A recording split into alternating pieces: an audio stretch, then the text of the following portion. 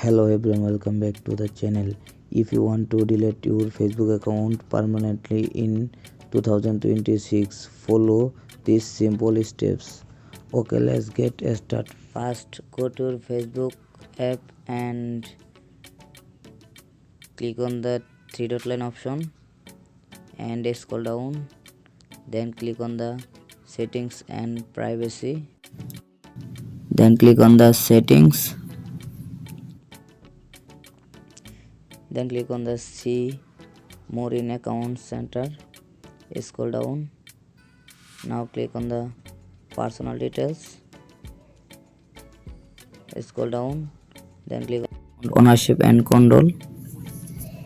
Select deletion or deactivation or deletion. Now select your Facebook account. Scroll down. Delete account. Continue.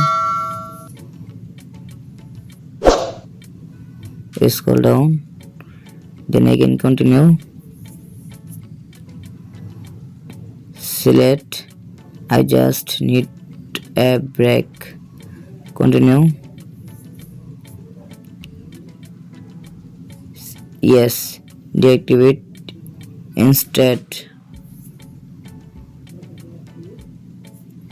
Scroll down. Then again continue.